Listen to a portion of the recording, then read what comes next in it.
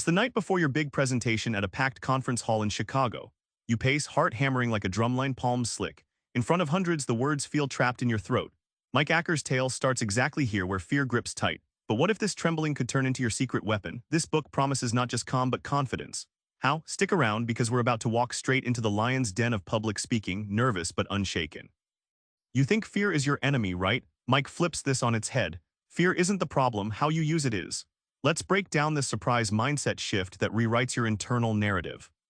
Mike recalls a terrifying moment when he had to speak mid-flight, over 30,000 feet up, with fellow passengers as his unwilling audience.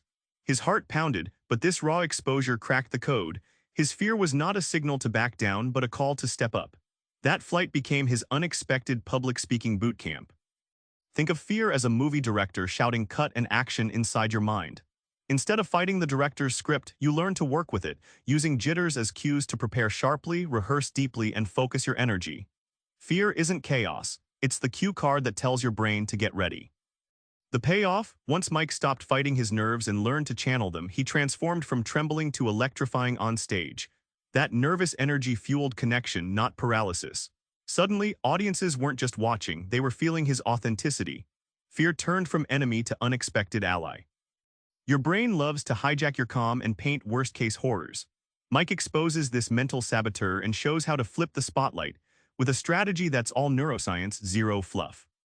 Mike tells of Sarah, a school teacher paralyzed every time she had to speak at parent night. Her brain's spotlight syndrome made her feel like every eyeball was a spotlight, magnifying every flaw. Understanding this helped her realize it wasn't reality, it was her brain's survival wiring, overprotective and oversensitive.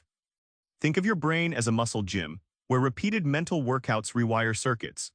Mike explains how deliberate mental rehearsals, visualization, and positive self-talk act as reps that shrink the fear pathways and strengthen confidence highways, neuroplasticity in action. That moment when Mike intentionally cranked up his anxiety before a presentation, practice panic sounds crazy, but it prepped his brain to handle stress during real talks. The payoff? Reduced real stage panic and an unexpected performance boost.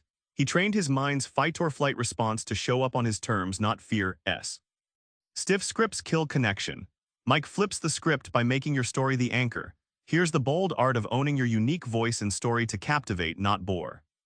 At his cousin's wedding, Mike was the toastmaster and nearly froze, fumbling over a scripted speech.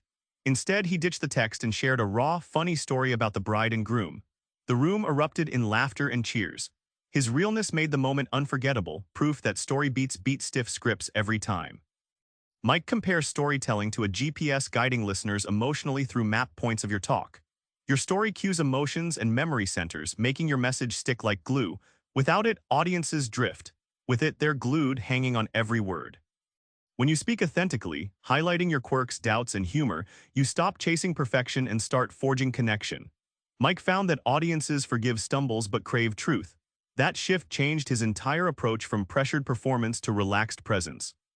Remember that jittery night in Chicago? Mike's walk through fear shows how it's less about silence and more about owning your nervous energy. Next time you face a crowd, try this. Instead of fighting nerves, invite them, use that fire to ignite your story. Speak first to your own truth and watch the fear fade, replaced with fierce confidence. Subscribe for more book summaries like this one.